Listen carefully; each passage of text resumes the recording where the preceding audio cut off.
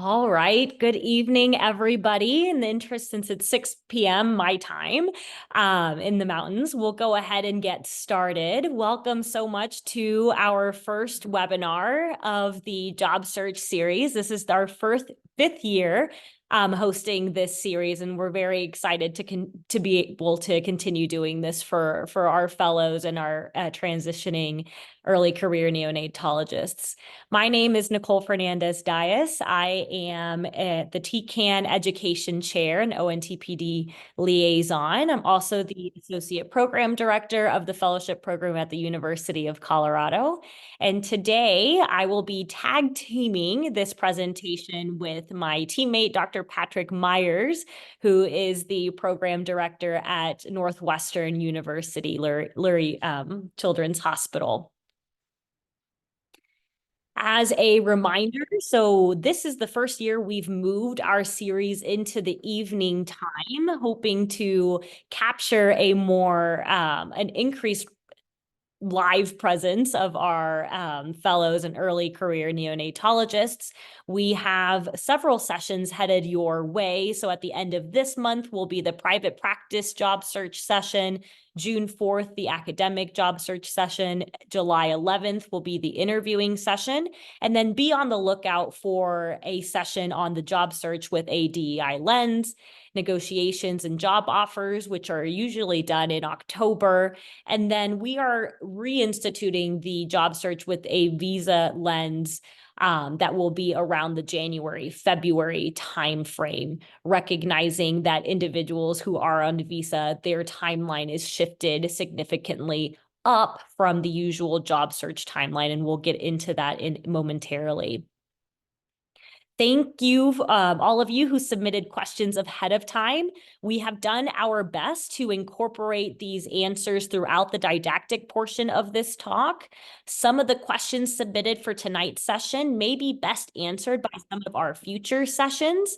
So if we get towards the end of the session and haven't gotten to those questions, we may leave those for future sessions. Last few reminders. So today's session is being recorded and will be sent out to all of those who have registered for the session. So if you find yourself haven't registered yet, please use the QR code on this slide now to access that registration survey so that we can send those resources your way. We will also be sharing throughout the presentation today other QR codes for the evaluation of today's presentation, and everyone who fills out that evaluation will have access to the ONTPD TCAN Job Search Series Handbook and Resource Guide, and we'll send those out. Zoom links for the upcoming sessions will be sent out the week of the sessions, just like this one was sent out this week. Last thing that I will say is don't if those sessions that I mentioned on the prior slide look interesting but seem too far away, you can always go on to the TCAN YouTube website and see the sessions that were recorded from last year's. So for today's presentation, here is the outline of what we're going to cover. So we're going to start with going over some of the details of individual job searches from previous TCAN members. And then we're going to dive into understanding the roadmap and the timeline of the interview season. And this is going to include how to prepare your CV, your cover letter, and marketing yourself. And then we'll end the session with a Q&A section of our talk where we'll start going through some of the questions that were submitted that we don't get to with the didactic portion of our talk. Feel free throughout the sessions to throw in questions into the chat, and we'll do our best to answer those either in real time, or our behind the scenes moderator, Morgan Hill, is collecting those questions and will be moderating the Q&A session at the end of our talk today. So let's get started. So in regards to the details of individual job searches from a prior year's academic year. So as I mentioned, we have been running this series now for 5 years. And in the academic year 2022 to 2023, we sent out a survey at the end of that academic year to gather more specific details about the individual job searches of those trainees and early career neonatologists. We did this because we keep hearing from all of you the many frustrations that exist surrounding a lack of transparency and structure to the job search. So data about the specifics of the job search do not exist. And so this series and publishing on this series, we're trying to help close some of those gaps. In the past, prior to the series, how you learned about the job search was mostly from word of mouth by talking to co-fellows, junior faculty, etc. Still, I would recommend you talk to all of those individuals, but hopefully through these series, we're standardizing our message from across the nation. One of the goals of this job search series committee is to hopefully change this and these frustrations and help alleviate some of these concerns. And so with this section, our goal is to give you a bird's eye view of some of the topics and questions that you've already submitted that will later go into more detail. So as I mentioned at the end of the job search in February and March of 2023, we sent out a survey to ask about specifics of individuals' job searches. Now, we used our TCAN Fellow listserv, which contained at that point about 98% of the senior year fellows, and about half of those senior year fellows accessed the survey and submitted a response. Of those submitting a response, 89% had undergone a job search that year, about 2/3 looking for an academic job, and about a little less than 1/3 looking for a private practice job. Now, in the next few slides, I want you to take this information with a grain of salt, remembering things such as recall bias and selection bias that may play into some of these results. But our hope is that you will gather some semblance of what to expect and what this next step in our careers may look like to help ease some of the anxiety and stress you are feeling. So here on this first slide is information on how survey respondents reported the components of the job search contributing most to their stress, right? So as you can see, one of the top few things is the different timelines for the different jobs that you are applying to. And so we'll talk a little bit about that today. Limited job availability in preferred areas and personal or geographic constraints on the job search are areas that we don't have a lot of control over. And what I mean by we is the generalizable we, not you specifically. And then other areas of stress are competition with other applicants, and then a limited understanding of the job search timeline and or process. And so we're really hoping to tackle that last point. There were some questions that were submitted about how many places do I need to apply to? And this question is has very individualized answers for all of you, depending on what you're looking for, what kind of job, what are your individual constraints.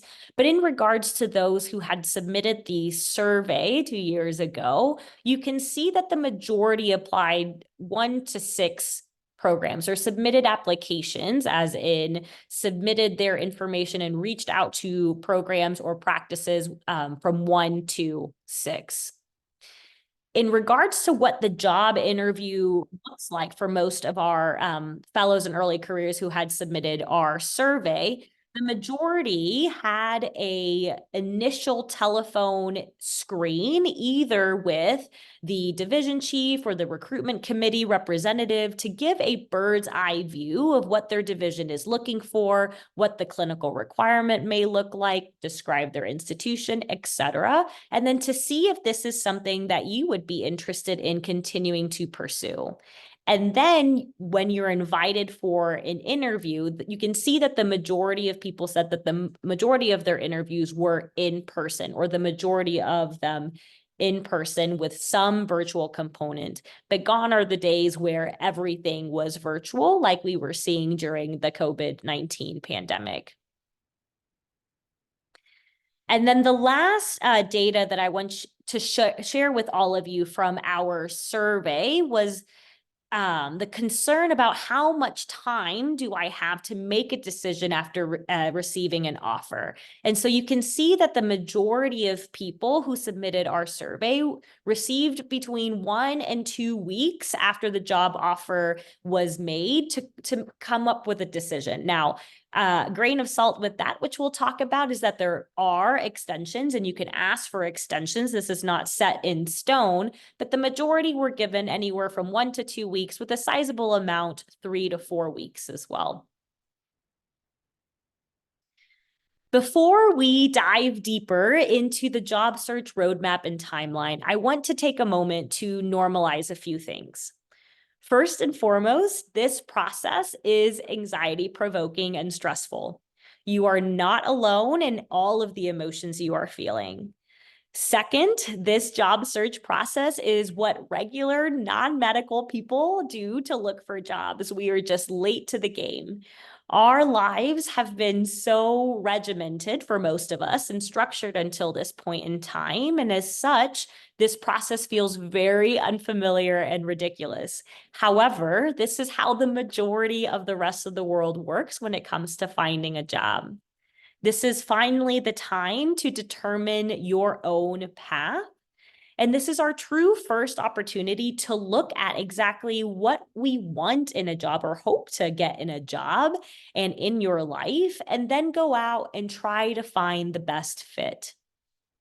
Last but not least, a lot of us share the feeling of not knowing even where to start or where to begin, asking ourselves questions like, how do I even know what to ask for or even look for in a job when I don't feel like I have a good understanding of the possibilities that are out there?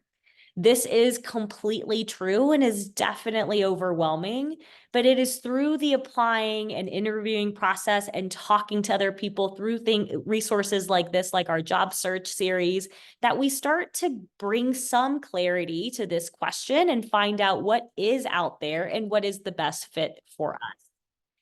And with that, let's now transition to learning some of the details of the roadmap and timeline of the job search. And I'll turn it over to Dr. Patrick Myers now. Everybody, thank you for being here. So I'm going to cover kind of roadmap and timeline, and some of the slides are actually Dr. Heather French, the program director and a past chair of ONTPD. So I wanted to credit her for some of those slides as well. And I think that, yeah, there we go. Okay. So first of all, I think really critical, this is like the first step, is actually kind of know, before you make your roadmap, know what you actually want. I had a fellow at the end of her job search who, it had been quite hard, and she said, Grace, how'd you actually decide? And she said, at some point, I realized I needed to know what was in my heart of hearts. It made the job hunt a lot easier.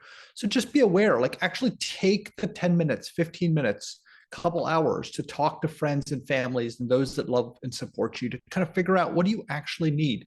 Is family your priority? Like, my spouse is a neonatologist as well. And so that was the primary thing on my list. I knew I needed to stay in Chicago when I was looking for a job. Is it location? Is it a research mentor? It is acuity, either like high acuity or a delivery hospital. Is it financial stability, financial remuneration, familiarity? I think that's another really one that people don't think about as much, but it's actually really important. It can be hard to move to a new unit. And is the comfort of staying somewhere you know important to you? Your colleagues, that was actually really critical to me. Like, I felt like I needed to be around people who would mentor me, help me grow, and work environment. So the timeline is going to be really, I think you could say it's hard or different. Because I think all of us are really used to kind of a very standardized change in jobs, right? Which is, residency and fellowship. where you apply, you have very definitive dates. The interviews start kind of all very similarly. The rank lists are due, and then you have match day. And I think what's one of the things that's really challenging is that this is the first time in a while that the paradigm has really shifted on you. Next. Oh, sorry, all the dots come in separately. So the dots here are, what I took was 4 years of my fellows getting jobs. And as you can kind of see, they got different job offers all over the place. Nicole, just keep rolling until you hit June and May. And the reality is there is a really phenomenally wide range of jobs and job opportunities. But as you can see, most of them are kind of in the fall to early winter. And that's what makes it really difficult, is you kind of are entering this area of some uncertainty. And you can just keep rolling here. And one more. Okay, so what I'm going to try to talk you through is kind of like some very big picture timelines about when to get ready and what is likely to get going. So you're kind of hitting this point in kind of June of getting your CV and cover letter ready. We'll talk about that later. And I think that kind of by the beginning of July, it's really important to kind of have at least one CV and cover letter ready to go. Identify programs is the second thing. Like, I kind of ask my fellows to have a list of all the places you would like to apply to, kind of ready by June. But the reality is, as your job search continues, you really also want to make sure that you keep looking and thinking, and as you hear about new programs opening. And so my sense is till you say the word, I'm accepting your job offer, keep looking and networking. So the next step is like emailing potential jobs. And this is a little tricky because I think there is like some urgency, or at least anxiety. Maybe anxiety is the better word here, about like emailing potential bosses. But the problem is you are emailing section chiefs or people who run units. And these are people who will sometimes get upwards of 150 to 200 emails a day. And so if you email them in March, they are going to be irritated and not know what to do with your email. And I sit right next to, my office is right next to my boss's office. And for sure there are days where he's like, I got 3 applications today. I don't know what to do with them, Patrick. So early is fine. Too early is probably not fine. And I would say, put out those emails there, kind of like at the beginning of July, be thoughtful. Sending it out on July 3rd probably is not going to get you a lot of responses, but the 5th or 6th is fine. It's okay to send follow-up emails as long as they're brief, short, and to the point. I would say kind of like October and January are great times to remind people that you're still in the market. And I would, because these are people who are super busy, a 2 or 3 sentence email that says something like, Dear Dr. X, Y, and Z, I'm still looking for a job, and I continue to be really interested in your program. People may not have realized that they have a job opening. Somebody may have quit in the middle of them, and like your timely email and brief reminder that you're still in the job market actually may get you there. I got a job in February at some point because I basically emailed somebody and said, hey, I'm still in the market. And they said, hey, would you like to come in 2 days and interview? And then 2 days later, I had a job. So, short and sweet. Okay, Nicole, go ahead. So the next part of your thing is very regularly, somewhere between August and January, you'll have your first interview. This is a really wide range. And I think what's really important here is to understand the differences between private practice hiring and academic hiring, and the timelines are really different. Private practice groups tend to be fairly agile. They understand their needs. They have kind of a limited bureaucracy and can interview, offer, and hire relatively rapidly. And those things tend to happen a lot earlier in the year. July, August, September is not unusual. The other thing that you have to understand is they understand that some of the best applicants are looking for academic jobs, but are also looking for a job, period. And so if the private practice people can offer you a job in August and September, and they know that your bureaucratic, clunky academic center can't even interview till December, they are able to put a little bit of a squeeze on you. And that for sure happens.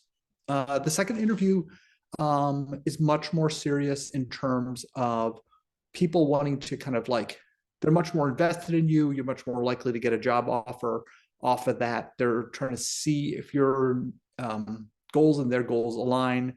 And often we'll talk a little bit about more about that in the future. Okay, Nicole.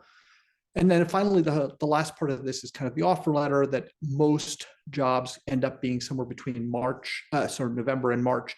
And the offer letter is just basically, it's a legally non-binding document that will give you some sense of what your job expectations, but doesn't do it in detail. And finally, kind of April, May, June, you'll get your official contract. And we'll talk a little bit about each of these.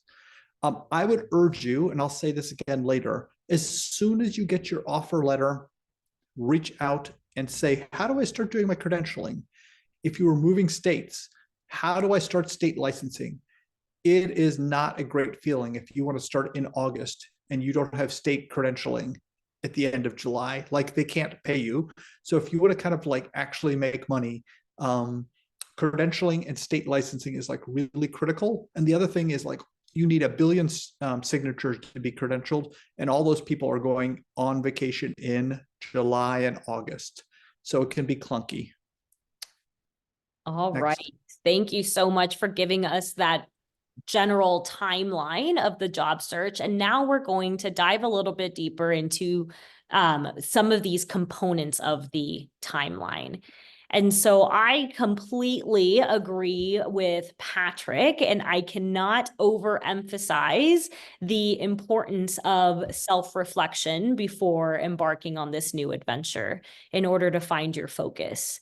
We need to know our priorities and what we want, and have an idea of what your ideal job is, and then try to find it, knowing that most likely this ideal dream job doesn't exactly exist, but you and whoever else is helping you make this decision, what you're willing to compromise on and the areas that you are not willing to compromise on. And it's all about these trades and balances. And so things to consider, such as geographic area, family commitments, clinical opportunities, clinical preferences, and research opportunities. Do you want to work at a level 3, level 4? Can you work at a level 2? How much level 2 time will you do? How many NICUs are you willing to cover? How much driving is involved in providing coverage if you're covering multiple NICUs? Do you want to do in-house call or mostly at-home call? I think one of the self-reflection exercises you can try is, so I was provided a similar list of priorities when I was starting to think about the job search. I modified this list based on my own career goals, and not everything on this list applies to everyone. And there may be something from this list for you, or maybe some things that are listed as descriptions of bold terms on this list that could be their own bolded categories on your list. So after refining the list, then create a rank list of these items and have your significant others or mentors also rank the list for you using what they feel is important to you, and then meet with these individuals and compare lists and reflect. The goal is to have a list of your priorities and identified areas that are deal breakers and areas that you'd be willing to compromise on, so that when you embark on the job search, you can decipher through different opportunities. This article by Dmitry Duchovny and Judy Ashner further describes the process of determining your top priorities and passions, and also have information on benefits to consider asking about on your interview trail. So you will get these slides, and on the 2 next slides are other articles to consider. So this second article by Matt Nestander and colleagues may help you get an idea of different practice settings that are out there currently in our neonatology community and our current early career neonatology workforce. And this last article resource for you guys by Anisha Bhatia and al. May help you get an idea of how compensation works for early career neonatologists across the spectrum of practice settings, both academic and private practice and hybrid out in our communities.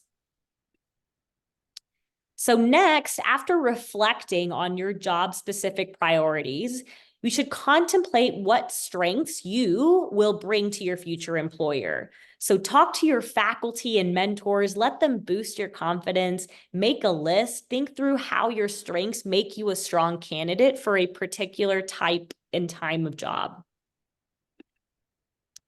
But at the end of the day, despite us resourcing and outsourcing and talking to all of these individuals, the job search requires you to be your own biggest cheerleader. So no one else is going to promote you as well as you can promote yourself, not even your mentors, fellowship leaders, and division chief. And this, we recognize, does not come easily to the majority of us. In all our prior transitions, we have always tried to impress others and have exclaimed things like, man, I hope they take me, or man, I hope I rank or match. And we now need to change this mindset. You are ready, you are experienced, you are worthy. This isn't a match. These are job interviews like the rest of the world does. So we need to go in with the mindset that it is now finally time for us to go out and choose our own pathway for what we want in our careers and in our lives. And no one can describe this better of what it is that you want and what you bring to the table than you yourself. So now let's shift gears and talk about how we can take these self-reflection exercises and showcase them in our CVs and cover letters. So I think the kind of most critical parts of your initial presentation are your CV and your cover letter, right? And you really have to kind of go into this with like a really clear goal of telling a story about who you are and why that person would want to hire you, right? Like, why are you qualified? What have you done to kind of like build that career, show what leadership and admin skills you have, and demonstrate initiative. And I think the one, maybe a good way to demonstrate this is like, what are two, like here, listen to 2 different stories about fellows, you know. I did bench research. I sat on the family advocacy committee. I also worked on the code committee. I did a little NRP. I really enjoyed talking to teaching the residents. You know, like versus a story of somebody who says, I've really enjoyed medical education. I became an NRP instructor and taught nurses at community hospitals.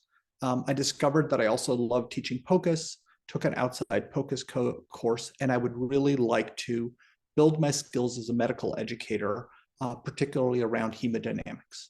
Like, one of those stories makes you wonder, like, the person is very busy and ambitious and has done a lot, but I don't actually know as a section chief what that person's going to do in the future.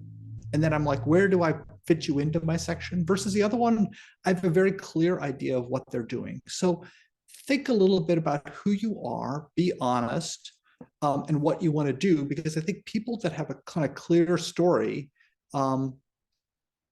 it allows you to have a much better conversation and have them have a better sense of who you are and where you're going to head in the future. Think about your audience. Your audience is, if you're applying to academic section, is going to be a section chief versus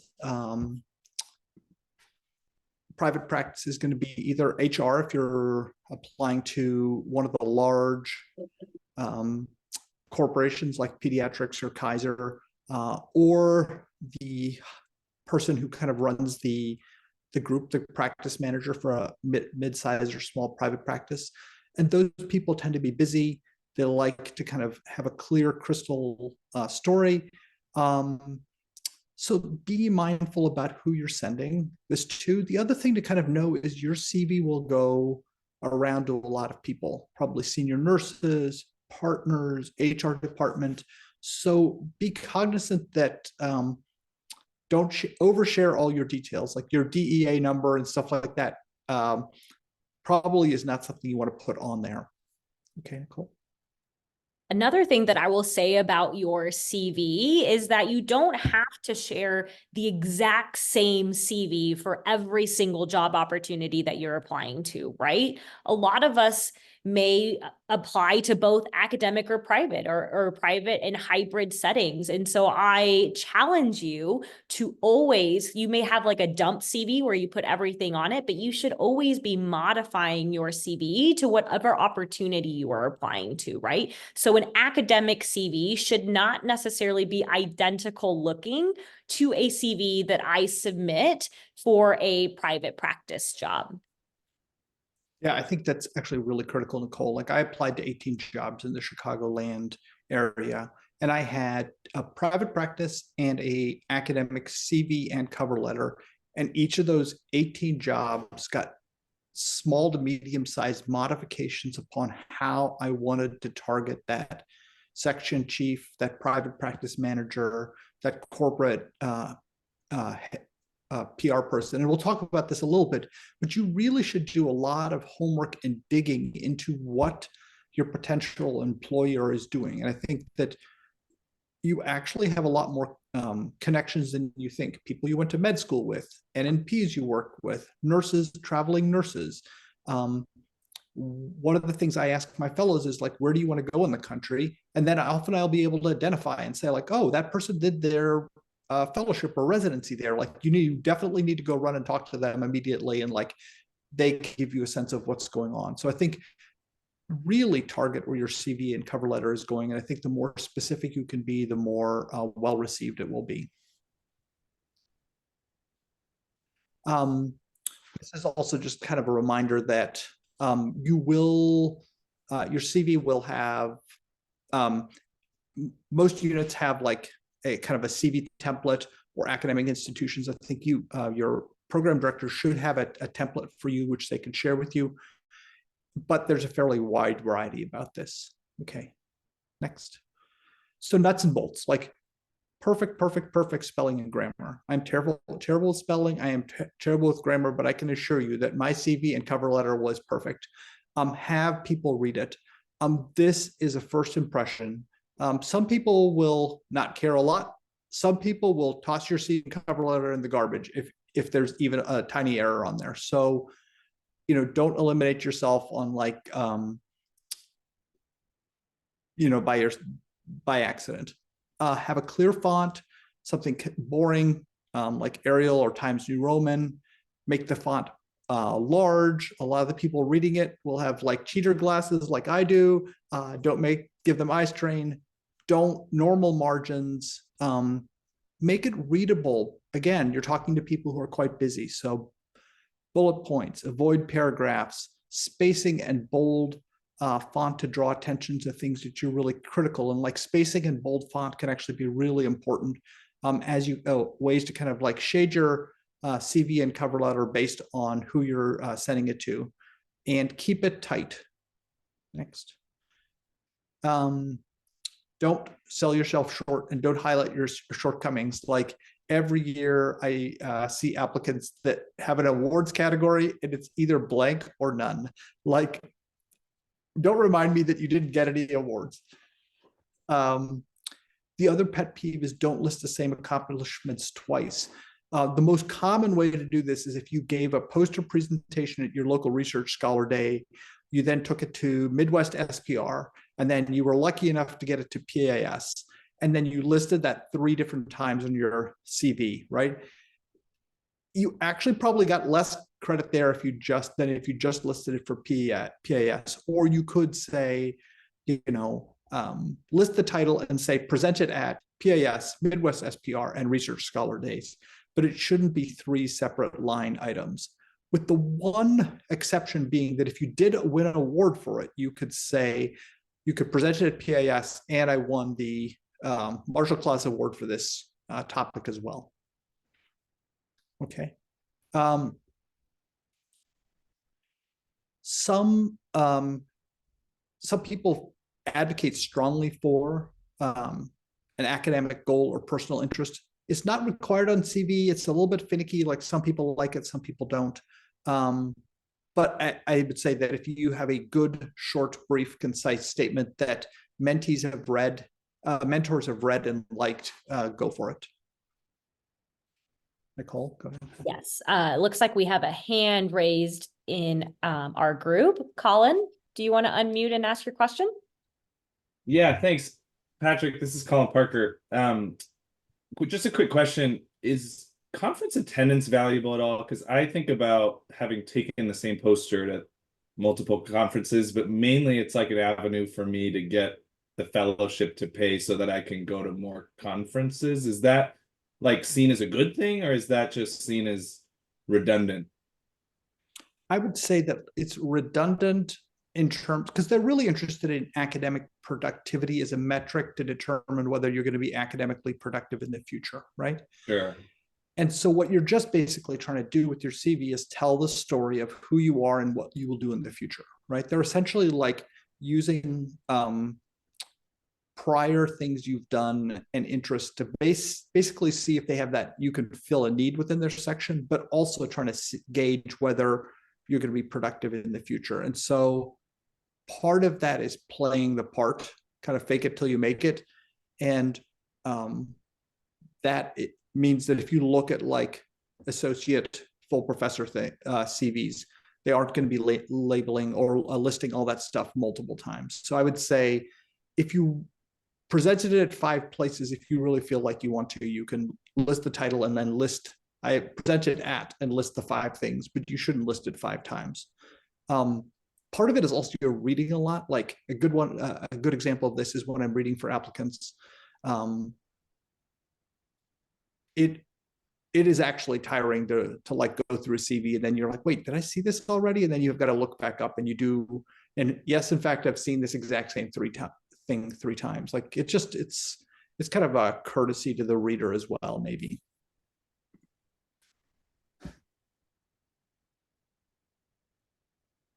Shayla, I see your question as well, which is some people put a very brief 1 to 2 sentence like statement of interest on your CV. It's not a personally something that I do, but I wanted to address it because some people feel it's important. It is just like a bullet point to kind of identify very early in your CV what you're looking for. Like if you say, you know, I'm interested at, my goal is to become a K-funded and R-funded researcher, that just puts you in a different spot than my goal is to become an associate program director and ultimately program director, right? Like clearly those statements would need to be really well crafted and before that goes on there. The cover letter we'll talk about here in a second is a much more detailed, artfully put together long form statement. Be really, really honest on your CV. It's a very, very small group of people who are reading, and all of them know each other. I mean, to be honest, probably if people are interested in you, they will pick up the phone and call their buddies that they just got back from talking to at Toronto and PAS and ask about who you are. And so if you have stuff that's even a little suspicious on there, like it will get flagged unbelievably quickly. This is a great example, which is this is the former CEO of Radio Shack, and he exaggerated his academic credentials and lost a $1.5 million job as a result. But I certainly know of people who have lost offer letters or contracts if that was the quite for kind of exaggerating the CV. So be honest, we're a small group, we all know. So cover letters. First piece of advice is when you're interested in a program, send the CV cover letter attached Do not put your cover letter as the body of your email. As I said before, these are people who are often getting 150, 200 emails a day. What you want to really quickly say is, dear Dr. Hambas, who's my boss, I'm really interested in being in a academic position at Lurie Northwestern. I'll be starting in X, Y, and Z time. Attaches my CV and cover letter. Please feel free to reach out to me if you have any questions. Like short and brief. They know exactly why you applied. They know who you are, why you applied, and when you'll start. And then they'll work through it when they have time. So the cover letter is really a much more detailed take on who you are and why you're applying to that specific program. Okay, next, Nicole. And we kind of alluded to this earlier, which is like, really be thoughtful and know who you're writing your cover letter to. Like, spend time on the internet, spend time talking to your friends, colleagues, people who've gone there before, because you need to really target what their needs are. If I send out a cover letter to somebody and say, I'm really interested in doing bench research, and they have no bench research there, like, your CV is going into the trash. Likewise, if you send out a CV that says, I spent 3 years in a lab, I did all this amazing things, I had 4 poster presentations at PAS, I wrote up 3 papers, and you're applying to an academic job, a private practice job, they're going to be confused as to why you're applying to them. And so you've got to know your target audience, you've got to know what they want, keep networking. Okay. So what's your cover letter? Very in basic take on that is an introduction. Again, who are you? Like, I'm a fellow at Lurie Children's Hospital. I'm interested in working at fill in the blank where they're going. Tell them what you're looking for. Like, are you looking for a research job, a private practice job, an academic job? And tell them when you're going to start. A brief description of your training and what your unit is like, because I think that there is there's 7 fellowships in Chicago. Each of them has a really distinct flavor. What the training of the fellow is like is quite different.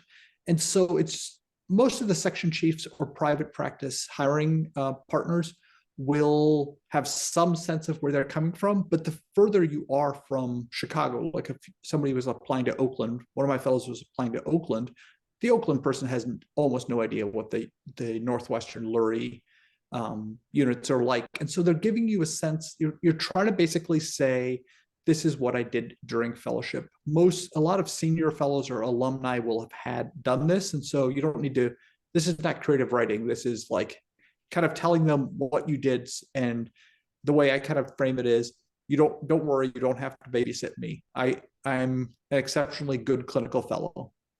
Okay, next. Probably the most important part here, and the part you need to really spend the most time and thought in, is I'm interested in your program because, like, this is the paragraph where you're making a case for why they should hire you, or at least interview you. And I really view it as a 2-part strategy. This is what I can do for you. This is what I think you could do for me. Like, this reciprocal relationship is going to benefit us both. I'm going to be a really good junior faculty, junior private practice group member, because I love QI. I'm really interested in being somebody who does QI, works on nutrition, optimizing nutrition in your private practice group. I am an excellent medical educator. I'm really excited about teaching fellows and residents. You have an amazing person who does pulmonary hypertension. I think that their research would line up really amazingly well with the research that I'm hoping to do during my K&R journey. So, like, think about what they have to offer to you, what you can offer to them, because those are the relationships section chiefs and private practice managers know work the best, when you can kind of fit really well in there. And then finally, summarize, references, and a way to have them contact you.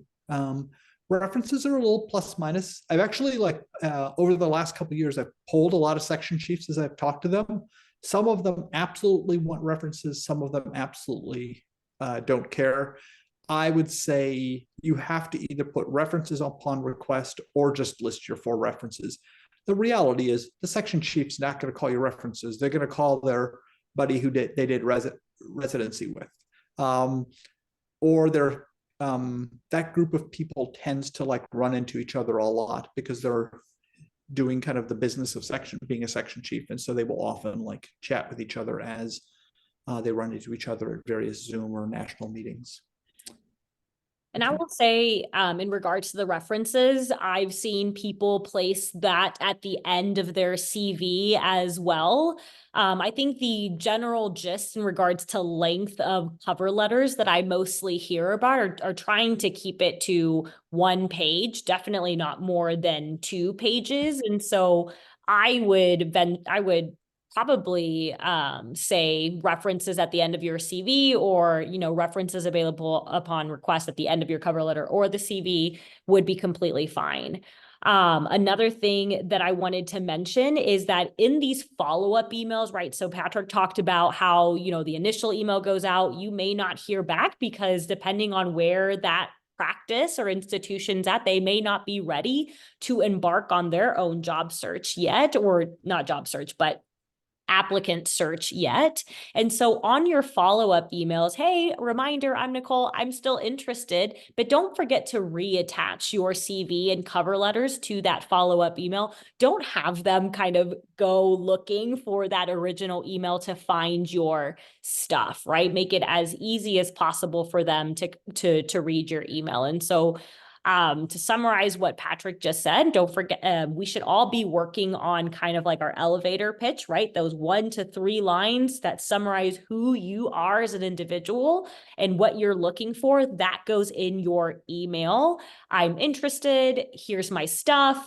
Here's a way of contacting me. And then your CV and cover letter attached to that email. So just some very big picture do's and don'ts as a reminder is, like be enthusiastic, be authentic, right? Like I would say this is the really key one. Like it's pretty easy to kind of read applicants' files that are trying really hard to get a job, but like it's pretty clear that they aren't being who they are. And so I think you actually have a much better chance of landing a position if you're authentic about what your goals are, what you're looking for, and who you would like to work with. This is, again, demonstrating the understanding of what the division needs. Be thoughtful about who you could work with, what you could do, what skills you've developed, and what skills you're interested in developing to kind of like really meet the needs of the section and help the section or practice grow. Keep it short. I think Nicole's point of like cover letter under 1 page is perfect. Very few of us have the amount of accomplishment that would generate a cover letter that is longer than 1 page. And even then, I think those type of people actually are smart enough to keep it short anyways. And get feedback. I would say at least 2, preferably 3 faculty that you trust reading the CV and cover letter, and have somebody senior do it. It might be good to have somebody junior look at it, but the senior people actually have seen, I mean, at this point, I've seen hundreds of CVs and cover letters and can give you some sense of like whether you're on target or not. Individualize. Don't get overboard with flattery or try to be funny. Unfortunately, we are a relatively boring community and relatively conservative community. And getting overly fancy will, especially with kind of a 60-year-old section chief, probably won't get you very far. All right. So we've covered the to-do task or your homework for the next several months in self-reflection exercises and really crafting your CVs and cover letters and thinking about what it is that you want as an individual, and then looking for the institutions or practices that fit that bill. And we'll talk about resources on how to find those in a second. So you have everything ready to go. And so now let's move down the timeline and discuss, how do we now start our search, right? We're ready to go. How do we start?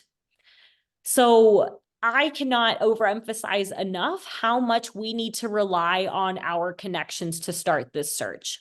You, Patrick, already mentioned this. You have a bigger social network than you think. Think about all of the people that you've interfaced throughout your medical training and your medical journey. And in this community wants you to succeed. So start in your second year, as Patrick mentioned, and don't stop until you've signed a contract. Talk to as many people as you can, program director, section head, alumni, to get a sense of, hey, what do they do? What do their jobs look like? Do I like that? Do I not like that? To start developing a sense of what you may want as a neonatologist.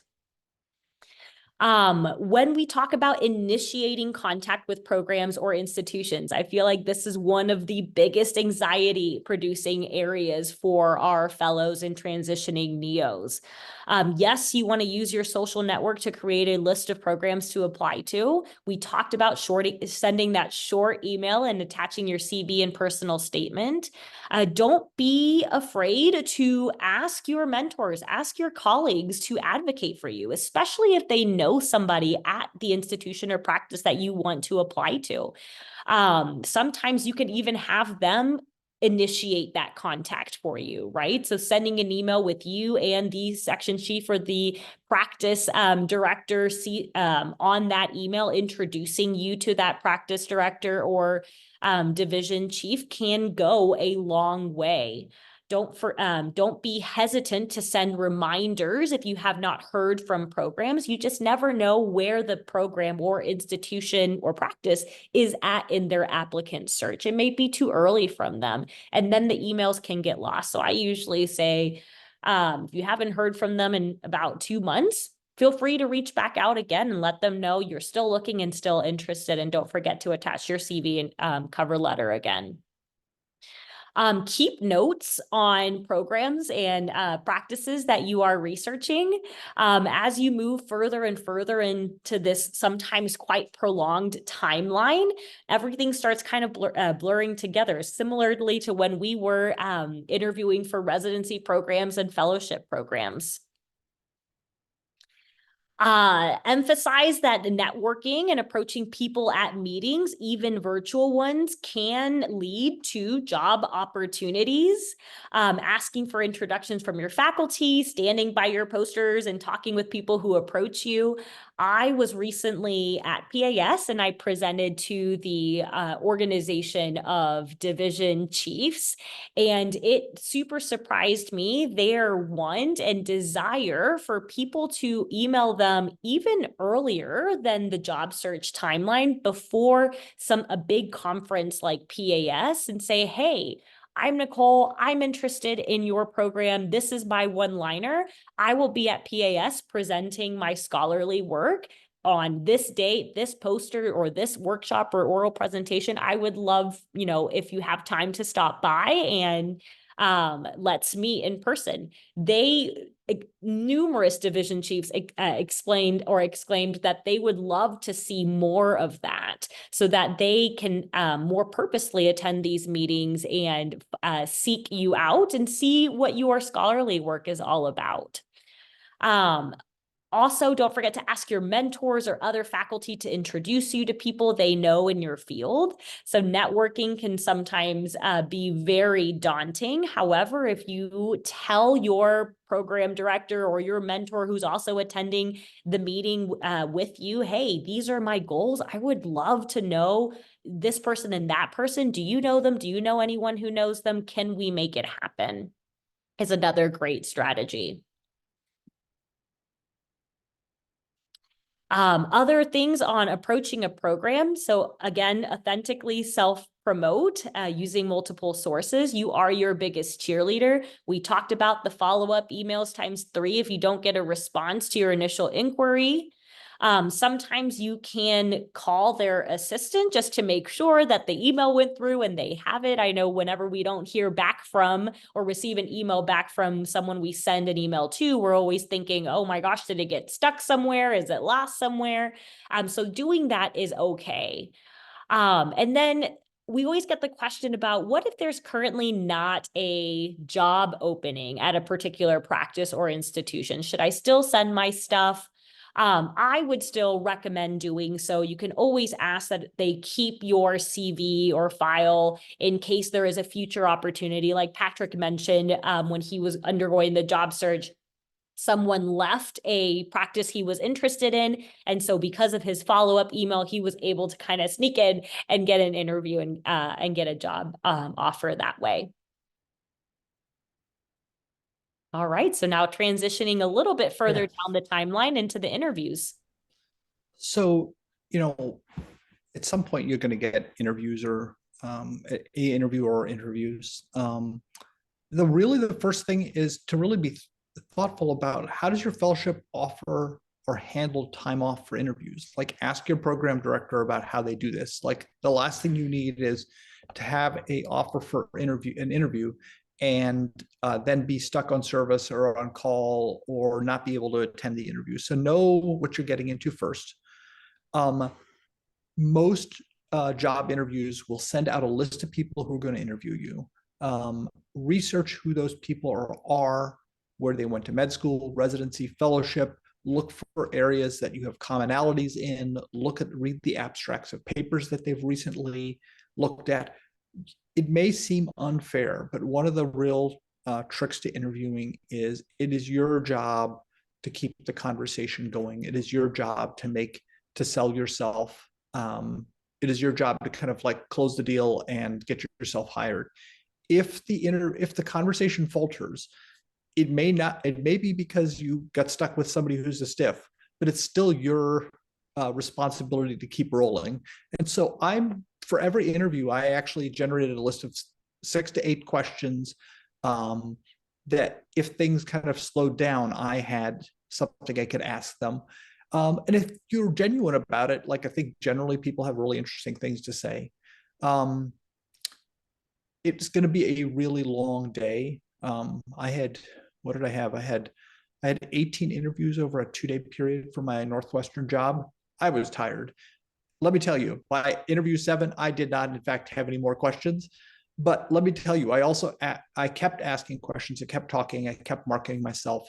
You just have to really commit to the process. And again, take notes, lots and lots of notes, because you will often be asked for a second interview, and that kind of having those specific notes about what people thought was important will inform how you can then sell yourself on the next round of interviews. It will help you send out really meaningful, thoughtful, heartfelt thank you notes.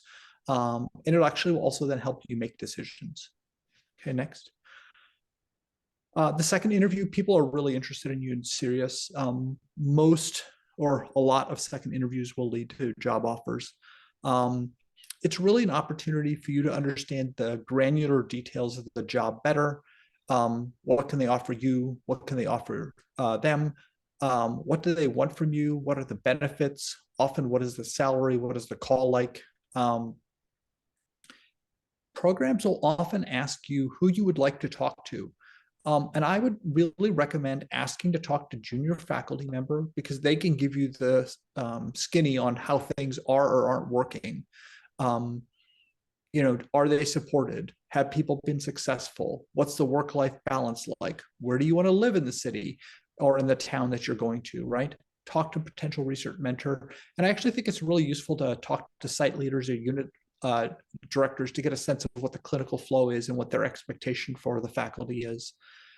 You may be asked to give a job talk, which is kind of a 45-minute long talk or on what your research has been with a question and answer period.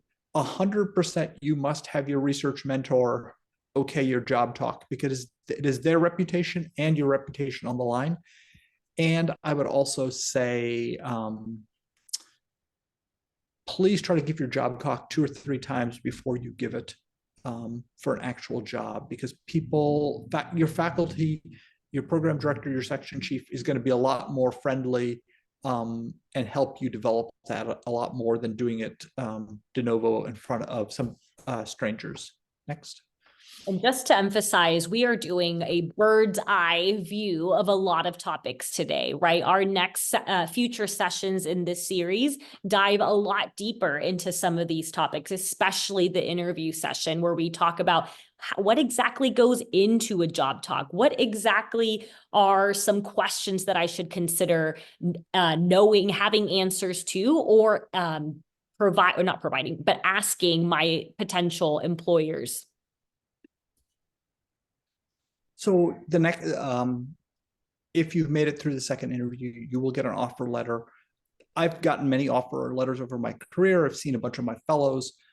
They can be quite detailed, like you will do X amount of calls, you will do X amount of service, we will give you X amount of money, you will have a X, Y, and Z, you will sit on these committees. And it could just be, we're offering you a job at the section chief's discretion. I've gotten both types of offer letters. Generally you have, I mean, Nicole talked about this, somewhere between 2 to 3 weeks to accept yes or no. But the more desirable the job, and the more pressure there is in the market, the less time you will have. I've had a fellow who was given 2 days to say yes or no. She asked for an extension. They said no. And she said yes, 30 hours after she got the offer. But you might have as well as 6 weeks. It also doesn't hurt if you really need the time. It doesn't hurt to ask. They may say no, but it won't impact whether they offer you the job or not. You don't have the job yet. My understanding is that it may not, meaning it is not a legally binding document. Having said that, if you get an offer letter, almost everybody will make sure that that offer goes through, because as I said, it's a very small community. And let me tell you, if somebody rescinded an offer letter for one of my fellows, every single program director in the entire country would know that this person reneged on their offer letter. I would make it absolutely sure that that program never got other additional fellows, like fellows knew what they were getting into. So it's not legally binding, but it is, you can generally trust it. The hardest part of this entire process, which is because it isn't like the match, is navigating multiple opportunities. Nobody believes me. Every fellow that I talk to as they graduate says this is the hardest part, because what's happening is people will offer you jobs early, but the job you actually want hasn't even interviewed you. And so you're on the clock you've got 30 days to respond to a job offer, but you don't have an interview with the other place for 45 days. And you're very much stuck between a rock and a hard place, right? So what do? I think my advice would be to be honest, get advice from people, but not blunt. Like, I'm waiting for an interview on this day. I've already committed to the interview. Would you mind giving me another week or two to think through your offer letter? They should be understanding, because they've done this a lot. They aren't going to be nicer to you. So if they say no or are not nice about it, it may give you a sense about what they will like to be as employees. Be aware that once you get an actual offer letter, the clock is ticking, meaning that if you don't return it or don't get an extension, it's like you broke up. And I think that when you're trying to work through these multiple opportunities, really try to go back to that very first slide that Nicole and I had, which is know what's in your heart of hearts. Like, is it family? Is it connections? Is it collegiality? And then also know that there aren't any perfect jobs. Like, you will not have the perfect jobs. There will be things that you like and don't, and love and dislike about every job that you take. And it's also not your job for the rest of your life. It is not uncommon for people to move after a couple of years. And so you have to ask yourself, does this work with my needs? And can I do it for a couple of years is the bottom line. I think next 2 slides. Yeah, and I think I've also been in this situation where you've asked for an extension and they give it to you, and then you ask for another extension and they're like, hey, I can't guarantee that this job will still be around whenever you're ready to make the decision, but as long as the job is still available, you can have it. And so I've also been in that that type of situation where it's like a extend-ish, where we'll continue to offer it to you. However, if someone else that we interview and like wants it, then we're going to have to go with them. And so just knowing that you have two parties that are trying to leave with something at the end of the day, right? And it is sometimes not in the practice or institution's best interest to wait for you forever to then get your ideal job, and they've then wasted time in trying to fill up their spots that they need. So contracts, get a lawyer to review your contracts, just being aware that there's a real big difference between academic and private practice contracts. Academic contracts, you can't hire a lawyer as good as Northwestern, 5 or 10 lawyers. It is fairly bulletproof, but I would still recommend you thinking about it. Private practice contracts are much more open to negotiation, and I actually think that when my fellows get a private practice contract, I think that I highly recommend that they hire a lawyer to really nitpick that through and negotiate it. Be aware that some places will put non-compete clauses into their contract that's really meant for associate professor and professor level positions. They don't want people poaching talent and poaching R's. That's why they're there. They generally don't care about the junior faculty, the younger faculty.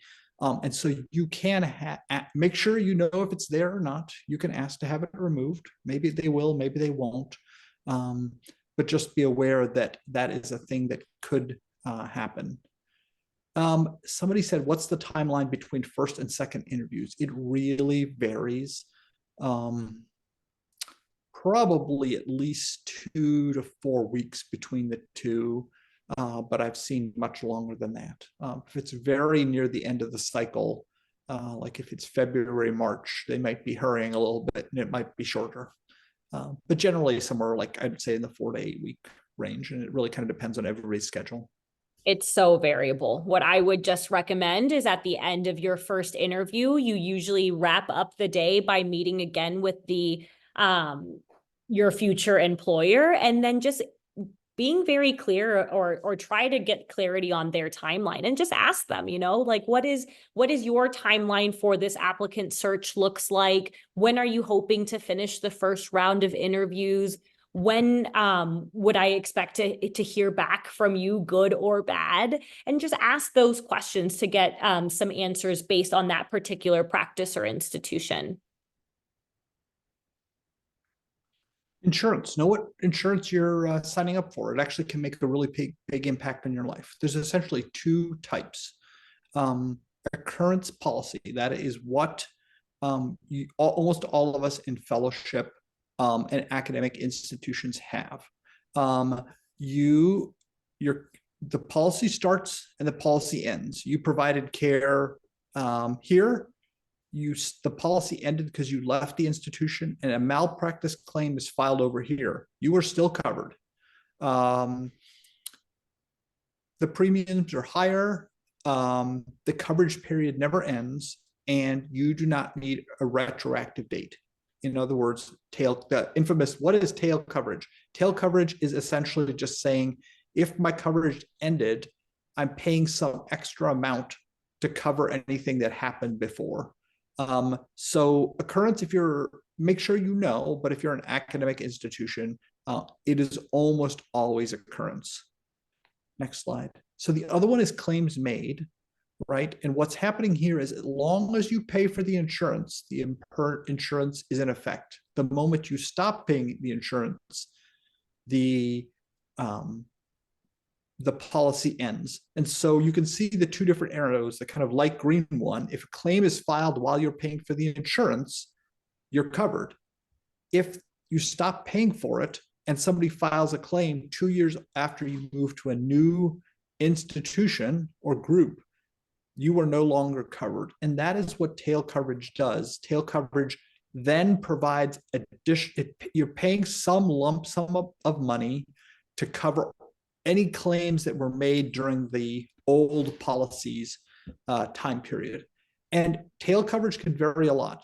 If you've been practicing 2 years before you move to a new job, you don't actually have that many patients that might potentially litigate against you, right? And so it may be relatively cheap.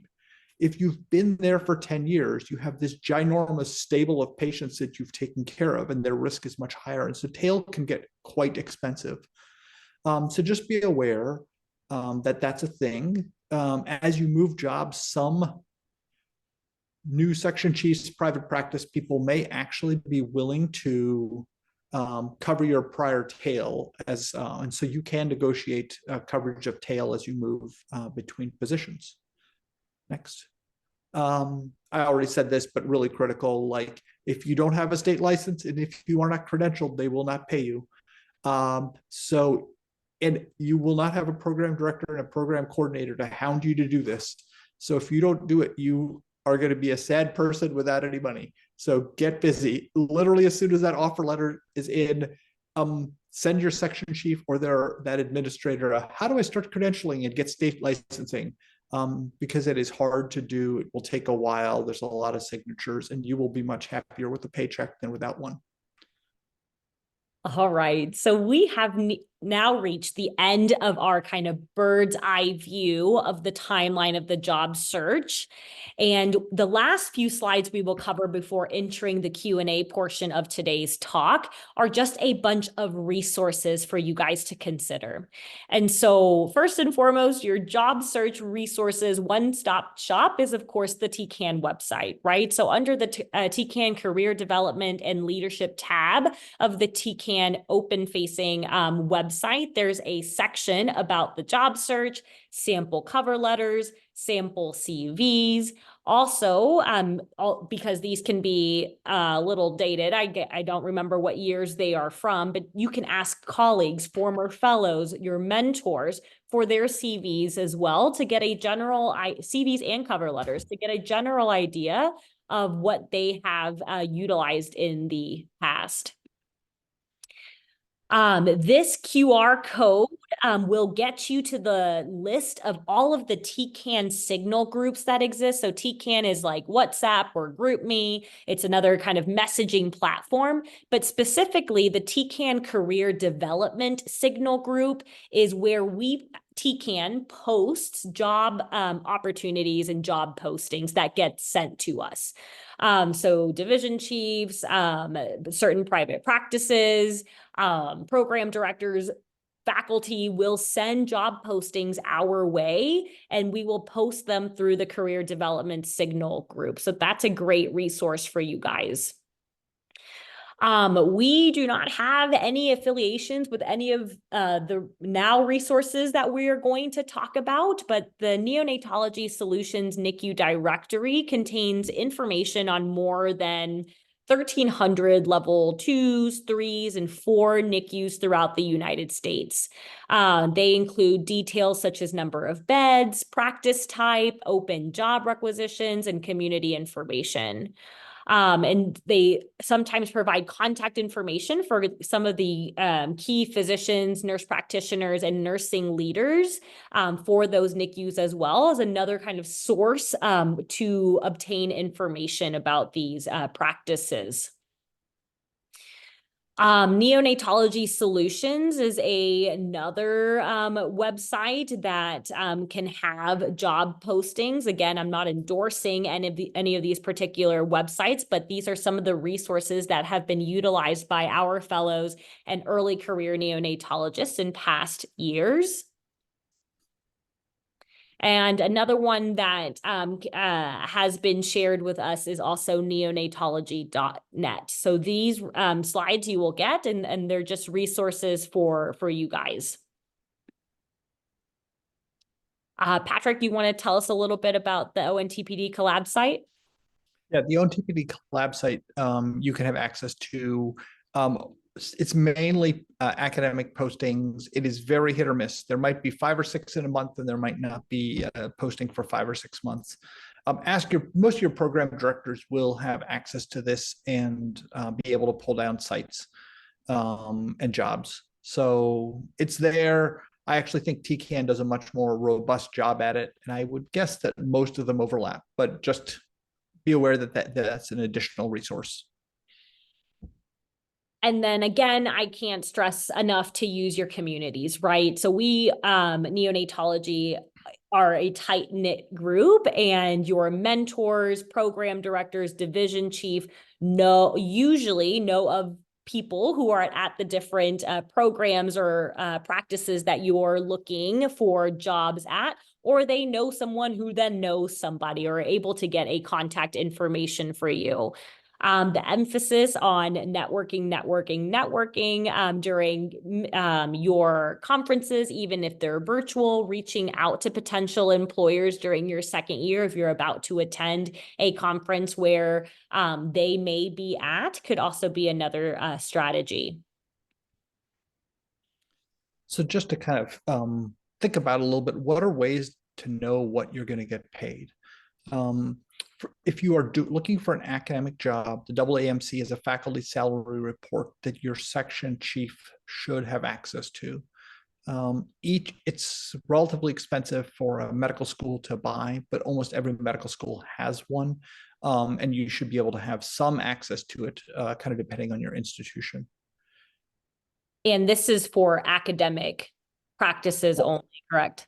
That's correct. And it's like the next slide will show, but it's actually like it shows regional differences. And just also be aware that like this is all physicians, not neo-specific in 2023, but it will show you that based on whatever metro area you're in, what subspecialty you're in, that there's actually a fair amount of variance across the country. Probably more importantly is the next slide, I think. Yeah, and actually, before we move on, another thing that I want to say about this resource is it will give you percentiles, right? Like you can look up what the 25th percentile, 50th percentile, and 75th percentile or whatever for assistant professors in this region, you know, across their entire time as assistant professor. And I think that's something that we need to emphasize, right? So it's taking assistant professors year 1, assistant professors year 10, and their salaries and the 50th percentile of that, right? So take that with a grain of salt that your salary may not start at the 50th percentile or close to the 50th percentile, depending on how that division or practice does their salary payouts from across the assistant professor years, associate professor years, et cetera. Yeah, I think that's really important. This is actually a really interesting article by Eric Horowitz and Renata Savic. And they actually put a number here. So the median salary for neonatologists was $256,000 with a fairly large interquartile range. And I would, having seen a fair amount of salaries, I think that the standard deviation after this is actually also quite large. And so, you know, where you're looking, what you're looking to do, how much you're willing to work varies quite a bit regionally. But what's interesting is it gives you kind of a fairly accurate benchmark. The other thing to think about is this is like an all-inclusive thing based on, like, do you get a bonus? Do you not get a bonus, right? So like, most salaries within a region are fairly similar, even if the base salary is not. Like two good examples would be a private practice group might just pay you one lump sum of $256,000, right? And that's no bonus. They never give a bonus. It's just a straight flat fee, right? I know of a academic center, a state-funded academic center where all associate professors need to make X amount of money. But that number is small enough that they would never be able to hire a neonatologist. So your salary might be $120,000, which would be make them non-competitive in the market. They get an insanely large bonus at the end of the year to kind of get you to close to that median salary for your rank and years within that rank. And so I think it's important for you to understand, as you're kind of getting into that second interview phase, like what your actually salary is going to be. Is there bonuses? Are there not bonuses? And I just think that one of the benefits of talking to some of the junior people in the group is you can say like, hey, do you guys get bonuses? If so, how does it work? And I think of the people you talk to, probably the junior people are the people who are most likely to give you the inside scoop.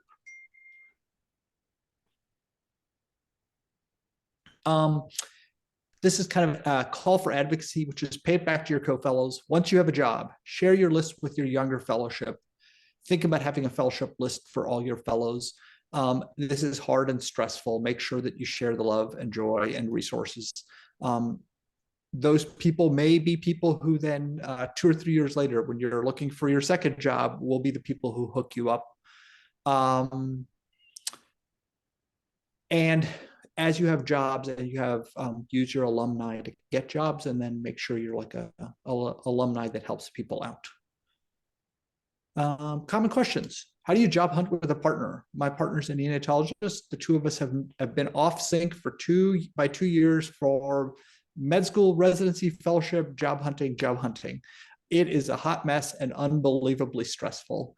It is going to be really hard. Understand what your partner and your needs are. Understand that it may limit you, and really be proactive about how you talk with them about what your collective family needs are. For me, like my wife and kids were super happy. She's at the University of Chicago. She's the much more academic of the two of us. I was going to stay in the Chicago area. And so I applied from Southern Indiana, or from Indiana to Milwaukee and everything in between. Like I applied to 18 places because I knew I needed to stay in the Chicago area because that was my priority. But it's hard.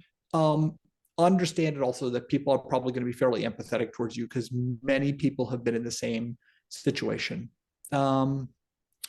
Think a lot about like fit, the job, the interview, like ask those junior faculty how they're treated. Are they supported? Because I think workplace culture and understanding how new people fit in, how new people are mentored is more critical than people let on. I think that's it, right, Nicole? Yeah, and there's a whole section in the interview session webinar about how do we get to the culture of a practice or an institution that we are interviewing at. And so I highly recommend that session. I think 2 years ago, we had a really great session of job search with ADI Lens. And I feel like that session really hit at things that you can do to assess the culture of a practice and institution as well. And so that's kind of 2 sessions that we frequently recommend when it comes to how do I determine the work culture at somewhere where I've never trained or been at. Yeah, it's actually, I'll give a second shout out to that particular session. The TCAN or ONTPD YouTube channels, the DEI talk is perhaps the most practically useful networking and how do you find a job talk I've seen. Like they nailed it in a way that I wish I could nail it. So take a look there. All right. And with that, we will transition to our Q&A part of our talk. If you have to hop off early, no worries. The QR code on this slide will get you to our evaluation survey, but this time is for you, right? So Morgan Hill is going to go through some of the questions that we may have not addressed during our didactic portion that were submitted ahead of time. And other than that, thank you so much for joining us, but we'll close up in a second, but we'll do questions first for the next 20 minutes or so. Wonderful. Okay, we had a lot of fantastic questions that were submitted ahead of time, and some additional questions that were submitted this evening. Feel free to keep them coming as we're talking right now. Just to get us started, there were some other good questions about kind of how to find jobs to apply to. We spoke a little bit about some of the websites that are helpful, using your kind of networking and contacts. But do you guys have any other additional advice about kind of where to look, how to find jobs, and how to kind of start that process? Yeah, I would say other than the things that we've talked about, which are the best ways of finding those job opportunities, I will say that a caveat with job postings is that not not everywhere will post jobs. And some places will post jobs after they've already identified an individual that will be coming to join their practice, and the job posting is more of a formality for them to apply through their HR department. And so I would not rely heavily or put all of your eggs in the basket of, oh, I need to look for a job posting. It is mostly through emailing, cold emailing, your network, your community in order to identify these jobs. And then some institutions may be thinking, oh, I don't think I'm going to undergo an applicant search this year. And then someone emails them that extremely fits maybe a future need that they have or a weakness in their practice or institution. And then they may reconsider whether they're going to enter the applicant search or not. Patrick, I don't know if you have other things to say. Yeah, I mean, I gave my first job talk 18 years ago because I found job hunting sucked. And there were no resources when I applied. And so I basically, the most painful way to do it is identify the places you would go, call that hospital and say, can you give me the section administrator and section chief's email and contact list, and then just cold email them. Like, that is the brute force way to do it. Much better is to reach out to friends, RNs, alumni, attendings, and ask them to help you do that, because often the people in your fellowship want you to be successful, right? And they are generally very willing to kind of advocate for their fellows and help them find connections and jobs. Ask your alumni. Your alumni just literally did this last year or 2 years ago. They have all the contact information. Generally, your alumni will like you and view you as a little brother or a little sister and will share. And so I would say alumni and faculty and NPs are great resources to do this. There's a question about any thoughts on a recruiter. That's actually a tricky question, right? Be aware of what you're getting into. If a recruiter puts you into a position, and you don't get the position, you may be locked out of that position for X amount of time, right? So somewhere between 1 to 5 years, depending on their contract with that hospital, right? I generally wouldn't, my general recommendation to my fellows is not to use a recruiter. Your contacts, your alumni will get you almost all the way there. The only exception to that would be the large corporate medical neonatology practices. Kaiser, if you just Google Kaiser Northwest California recruiter, that number shows up. And you're not dealing with a recruiter who's getting paid to put you in a spot. You're basically talking to Kaiser's HR people, pediatric with an X, like any of those big groups. I think that's a different use of, I wouldn't really call them recruiters, but those people like are findable on the web. If you are trying to find a certain location, that's certainly doable. But the recruiters that email you, I know people do use them. I would be nervous because it may lock you. Like if you need to move to Milwaukee and they're recruiting from Milwaukee and you make a contract with them and they send your CV to those 2 section chiefs, and they turn you down or it doesn't work, you may be locked out of that job for a while. So just be aware that there are pluses and minuses and be really thoughtful about whether you use them or don't. That's great. And you guys answered a couple other questions while you were just answering that first question. So thank you. I'm going to switch gears a little bit and jump back to cover letter and CV. We had spoken a bit about individualizing your cover letter and CV. And one question is, what is the main way a CV should differ between academic and private jobs? Perfect. So I feel like academic jobs, especially if you're going for a research position, right? I feel like that's the easiest difference, where you would really highlight all of the research that you've done, your publications, your grants, et cetera. Whereas a private practice job is really looking into how are you as a team player? Do you do quality improvement? What do your clinical skills look like? Have you been involved on any hospital committees or looking at clinical guidelines and or what are your leadership positions? What are your administrative roles? How do you work in a team or as a leader is more community minded. Patrick? Yeah, I would reiterate what Nicole said is like, how am I going to practically help our private practice function, take care of the babies, and make a profit, right? Which is, they need people to do QI, they need people to sit on committees. How are you useful, and what knowledge can you bring to that group? Versus like, how am I going to be academically successful? Meaning, what niche am I going to fit into the section to make the section famous? Is kind of the two ways I think about it.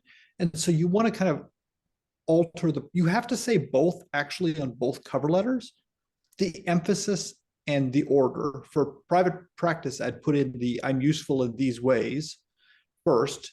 And for academic, I'd put my research interests and academic interest is X first. I would also kind of like, for private practice, I would expand how you were a good clinical fellow. I would expand that a little bit. For the large academic centers, you need to kind of like hit that a little less hard, perhaps.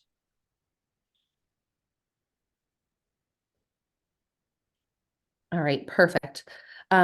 Again, I'm gonna switch gears a bit and talk about, now that we've kind of made it through that initial kind of phase. One really great question was thinking a bit about maybe that initial like screening meeting that perhaps is on the phone or virtual prior to the on-site interview. A person was wondering kind of how do you approach that compared to an in-person interview? Any advice on kind of how to handle that first screening, maybe phone call or connection? Yeah, and we'll dive more into that during the interview session. But, the majority of the telephone screens that I have heard about have been pretty one-sided, with the person that you're on the phone with describing what the job position that they need looks like, right? Because the only prior contact you've had is, hey, I'm Nicole, I'm interested in a job at your facility, here's my one-liner, let me know, right? But you're less likely applying to a particular job or job posting. And so it is their opportunity to tell you what their division needs are, what their hospital or what their practice is like, and then to ask you towards the end, is this something that you would consider, or are you interested in proceeding down kind of the interview timeline?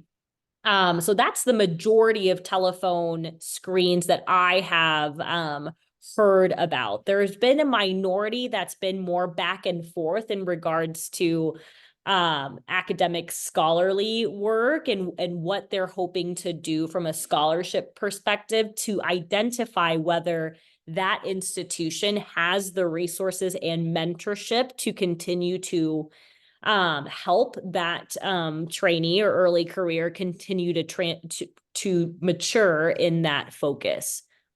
Patrick? Yeah, I mean, I think I agree. Like, it's the cynical part of me, and having read hundreds of evaluations from faculty on fellow applicants, is the more you can keep your interviewer talking, the happier they will be with you. People like to hear themselves talk. So keep firing those questions, let them talk. Be really cognizant of that. And my only advice is, please, please, please, please, please, please, when you're on Zoom, make sure you have an appropriate background. All the program directors remember the person who had the giant bong.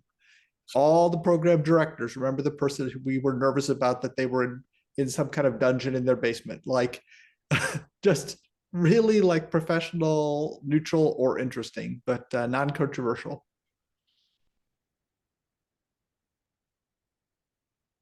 Wonderful. A couple questions that are kind of applicable to fellows that are still in training right now. Some had asked about again, for those who are still in training, are there any skills or knowledge that you guys wish maybe you spent more time on during fellowship training to really prepare you for your job search or for your first faculty position, and kind of why? Yeah, I think that question is really hard to answer because it is so individualized to what type of job that person is looking for. Patrick, do you have any generalities? Yeah, I mean, I think it goes back to telling a story. People are interested in people who have a distinct, interesting take on life and a direction they're moving. We know that you probably will change your direction at some point, but it is much more compelling to talk to somebody who's passionate about med ed, about HIE, about POCUS, and has a consistent group of skills. So I would say, think about what you want to do when you graduate and do more of that. Like section chiefs like that.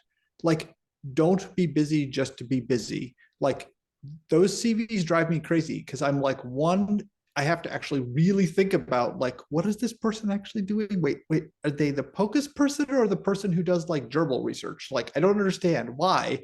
Like, what is happening here? Like, it literally hurts my brain. And I know that my boss is exactly the same way, and so are most section chiefs. So like, what should you do more is do the stuff you love. Like, you're going to do it better. You'll have a more compelling story. You'll have more experience. You'll meet people that are equally passionate about med ed or whatever. They'll invite you to do projects. It's a really like, you will have a lot more fulfillment, and actually it will help you get a job. Yeah, exactly. And so I think that answers a lot of kind of those individualized questions that were submitted, right? I don't have huge generalities that will fit all of your career aspirations and all of your scholarly aspirations, but do more of the things that make you you and the things that fit with your story in order to try to tell a cohesive story. Another thing that I'll add to that that's kind of a little tangent is everything in your CV you should be able to talk about and tie to how it's going to either fit your story or help you in the future, right? If you can't talk about something in your CV or have it kind of flow into what you learned, maybe it was an area of scholarship that you started in and now you're transitioning. Well, then if you want to leave it in your CV, talk about the skills that you learned in that scholarly line that translate into your work ethic or to your future scholarship, right? So that's kind of ways that you can spin it and still leave it in your CV, but you must be able to talk about everything in your CV. And if you're not, then you remove it. Yeah. And also, like, if you don't know how things fit together, find your favorite program director, associate program director, or mid-level faculty. Many of us understand how to kind of tie things together a little bit better than you might.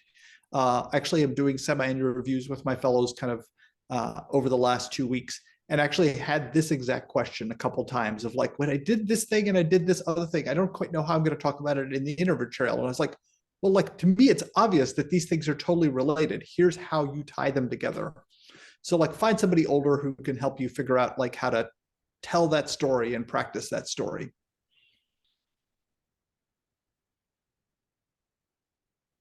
Morgan? I have covered most of the questions that everyone asked. Some of the more, like we said, the more specific questions we'll definitely be covering in some of the subsequent sessions. So for those of you that may have asked things very specific related to maybe salary or to interviews, negotiations, those sorts of things, we'll definitely cover that, I think, at a later point. But certainly for those of you that are still on, I want to open it back up if other people have questions right now that they want to throw back out there. Please feel free to do that.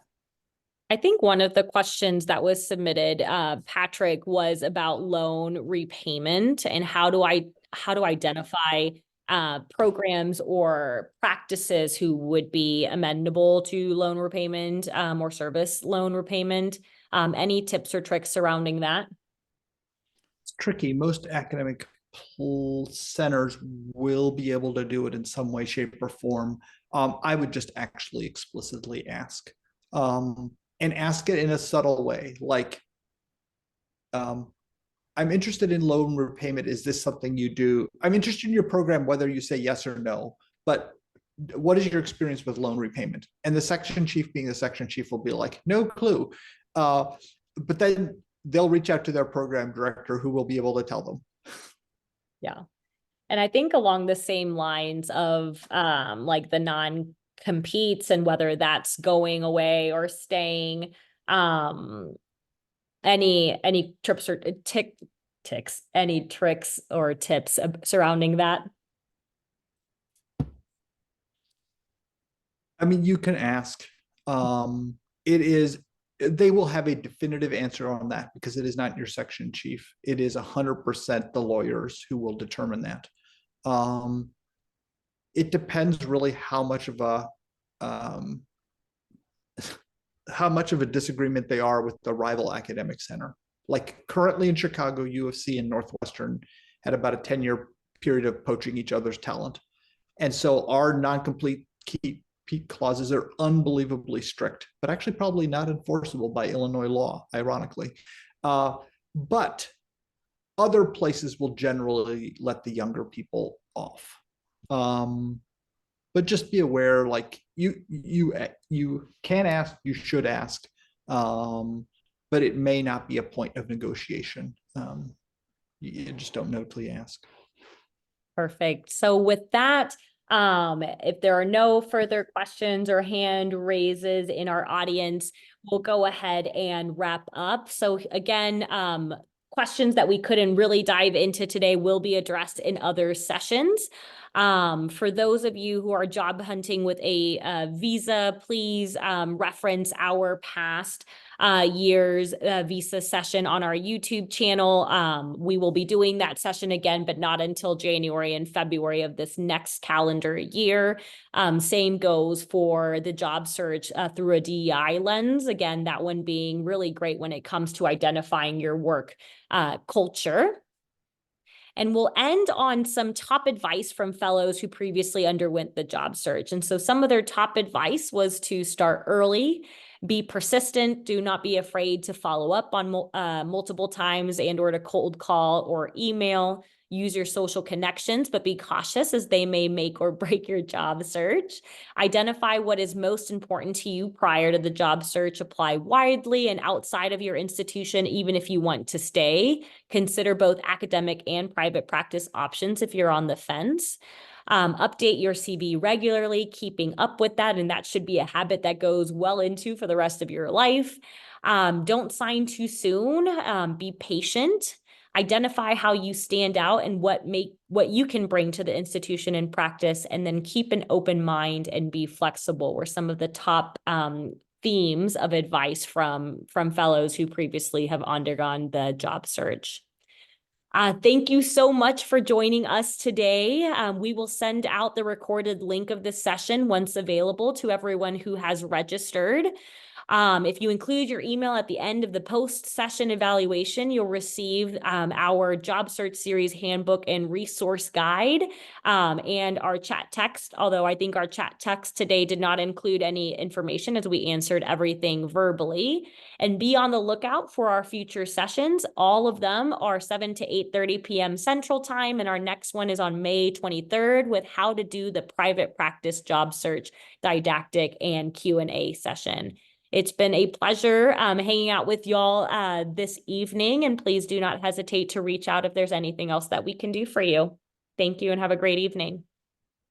Thank you, Morgan, for hopping on as our amazing moderator at the very last minute. We really appreciate your time. And Nicole, Pleasure to be here with you too. always a pleasure to work with you, Nicole. Likewise, Patrick. Have a great one and good luck, everybody.